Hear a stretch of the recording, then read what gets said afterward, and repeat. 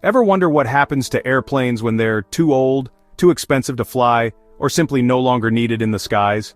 These magnificent machines, once symbols of speed and freedom, eventually reach a point where their flying days are over. But what then? They don't just disappear into thin air.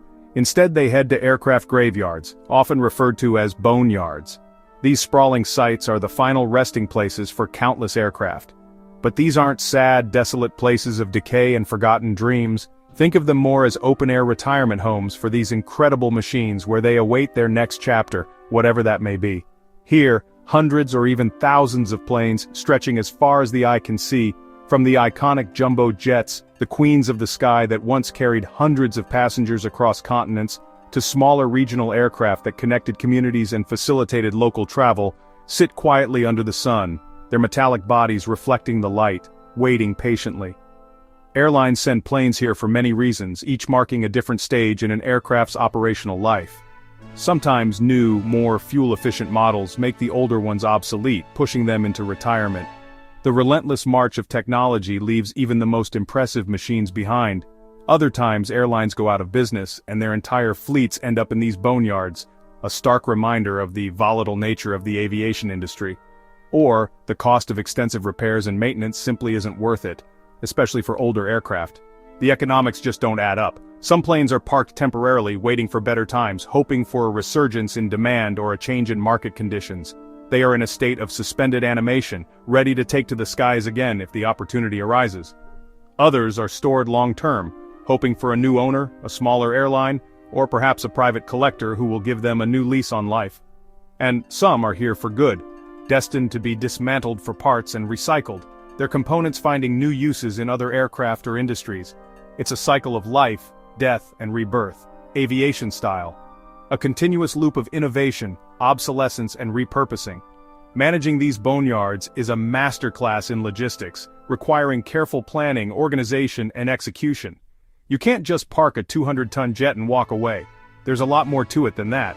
There's a meticulous process that must be followed to ensure the aircraft are stored safely and efficiently, including draining all fluids from fuel to hydraulic oil to prevent leaks and environmental contamination, and sealing engines and windows to protect them from dust, moisture, and the harsh desert climate, and protecting everything from the elements, ensuring that the aircraft remain in the best possible condition for as long as possible.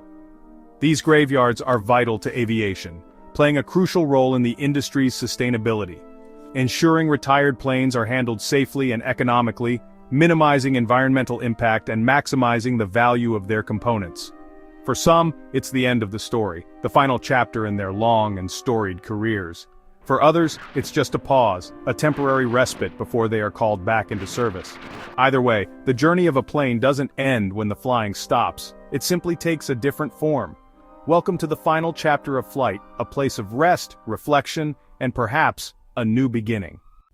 Why are plane graveyards always in the desert?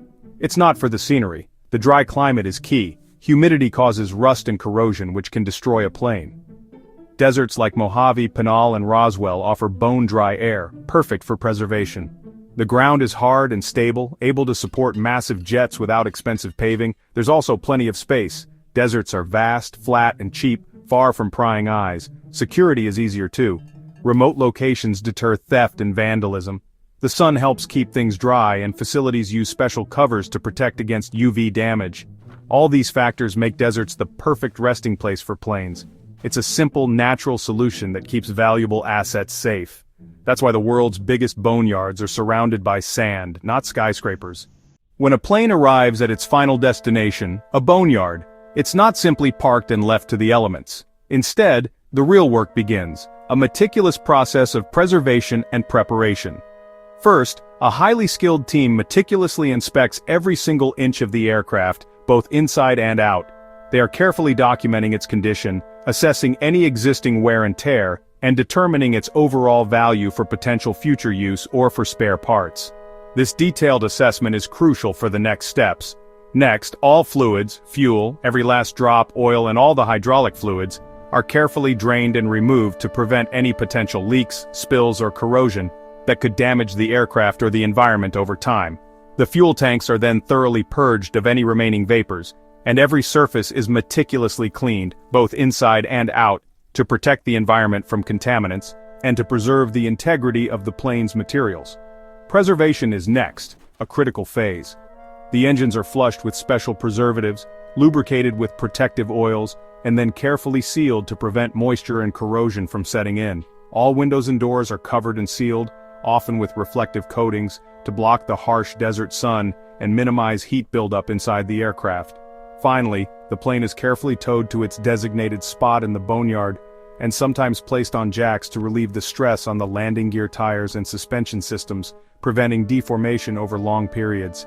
Every single step of this intricate process is meticulously logged and documented. This is a precise science, not just haphazard parking. It's about preserving valuable assets. The ultimate goal? To put the aircraft into a state of suspended animation, a kind of long-term preservation, so it's ready to return to service if the need ever arises. It's a remarkably careful and precise process, demanding expertise and attention to detail. This ensures that these giants of the sky remain safe and in good condition for many years to come. Even at what seems like the end of their flying lives, aviation is still all about meticulous detail and unwavering dedication to best practices. In the quiet of the desert, these planes sleep, awaiting a potential call to return to the skies. But they're certainly never forgotten by those who understand their history and potential. That's the fascinating art and science of putting a plane to sleep, ready for its next chapter. When an aircraft reaches the end of its service life, it doesn't necessarily mean the end of its usefulness. These sprawling aircraft boneyards, often located in arid climates, are more than just parking lots for retired planes. They're complex ecosystems of aviation afterlife. Not every plane in a boneyard is there for the same reason. Each aircraft has its own unique story and potential future. Some are destined for a second life, while others will contribute their parts to keep other planes in the sky. Some are in short-term storage, parked for a season, perhaps awaiting a change in travel demand or undergoing temporary maintenance. These planes are like athletes on the bench, ready to jump back into the game at a moment's notice. They're carefully preserved and maintained, ready to fly again when demand returns. It's a strategic pause, not a permanent farewell.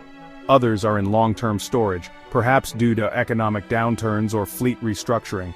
These aircraft are prepared for a longer period of inactivity, with measures taken to protect them from the elements. They're waiting for a buyer or a better market, hoping for a chance to take to the skies once more. These planes represent a potential opportunity for airlines looking to expand or replace their fleets. These planes get extra preservation, with meticulous procedures to prevent corrosion and degradation. They're wrapped, sealed, and monitored, ensuring they remain in the best possible condition for their eventual return to service. Sometimes even having their engines removed and stored separately in climate-controlled environments. This protects the most valuable and sensitive components from damage. Waking them up is a bigger job, requiring extensive inspections, maintenance, and potential upgrades, but it's possible. It's an investment in the future, bringing these dormant giants back to life. Then there are the planes here for good. Their flying days are over. These aircraft have reached the end of their operational lives, deemed too old or uneconomical to repair. They're destined for scrapping, but even in their final resting place, they still have value to offer. Skilled crews dismantle them with precision and care, ensuring that every usable component is recovered. They're salvaging engines, landing gear, and other critical systems. Avionics, interiors, and even seats are carefully removed and cataloged. Every usable part is inspected, certified, and sold to airlines and maintenance facilities around the world. These parts help to keep other planes flying, ensuring the safety and reliability of the global aviation network. The rest is chopped up and recycled. The aluminum, titanium, and other valuable materials are given a new life. Over 90% of a plane's material can be reused, making it a remarkably efficient process. It's a sustainable process, minimizing waste and reducing the environmental impact of aviation. Graveyard, marketplace, and recycling center all in one, these boneyards play a vital role in the aviation industry. These fields may look like the end, a final resting place for these metal giants, but they're also a source of new beginnings, providing the resources and materials that keep the aviation industry moving forward. Old planes help keep the world's fleets running, ensuring that passengers and cargo can continue to travel safely and efficiently, safely and affordably, by providing a steady supply of spare parts and recycled materials. In aviation, Even the end is just another takeoff, a new beginning in a different form. For parts, materials, and ideas that contribute to the ongoing evolution of flight. That's the ultimate form of recycling, transforming yesterday's aircraft into tomorrow's innovations. The boneyard is where endings become opportunities, a testament to the ingenuity and resourcefulness of the aviation industry. Bringing a plane back from the boneyard isn't easy. First, all the protective covers and seals are removed, and the aircraft is opened up. Mechanics perform exhaustive checks, testing landing gear, flight controls, and every system for damage or wear. Fluids are replaced, fuel tanks cleaned, and engines inspected or reinstalled. The plane's logbooks are reviewed to ensure every maintenance task is up to date. Only after weeks of work does the plane head to the runway for engine tests and taxi runs. If it passes, it takes to the skies for test flights with a skeleton crew. Every system is checked before the plane is certified as airworthy. It's a long, expensive process, but for valuable aircraft, it's worth it. From desert slumber to active duty, the journey is tough, but possible. That's how planes get a second chance at flight. When a plane is truly done flying, the boneyard becomes a massive salvage yard. The engines are the most valuable parts, worth millions if they can be reused. Landing gear, avionics, and even cockpit instruments are carefully removed and sold. Technicians strip everything: power units, control surfaces, seats, galley carts, and more. Each part is tracked with a serial number and paperwork. No documentation, no sale. These parts keep older fleets flying and make maintenance affordable. Once stripped, the fuselage and wings are chopped up and sent to smelters. The metal is melted down and reborn as car parts, soda cans, or even new planes. It's a perfect example of the circular economy in action. Even after their last flight, planes keep giving back. Some retired planes get a second life that's more creative than you'd expect. Entrepreneurs and artists see opportunity in these grounded giants. Old fuselages become luxury hotels, quirky restaurants, or even homes and offices. In Costa Rica, a Boeing 727 became a jungle hotel suite. In New Zealand, a DC-3 serves burgers at McDonald's. Artists turn aircraft skin into sculptures and furniture, while wings become roofs and turbine blades become keychains. These projects preserve aviation history and spark imagination. With a little creativity, the end of a plane's flying days is just the start of a new adventure. Planes may stop flying, but their stories keep going. That's the magic of upcycling aviation. Military aircraft storage is a whole different world. The biggest boneyard is AMRG in Tucson, Arizona, over 4,000 planes on 2,600 acres.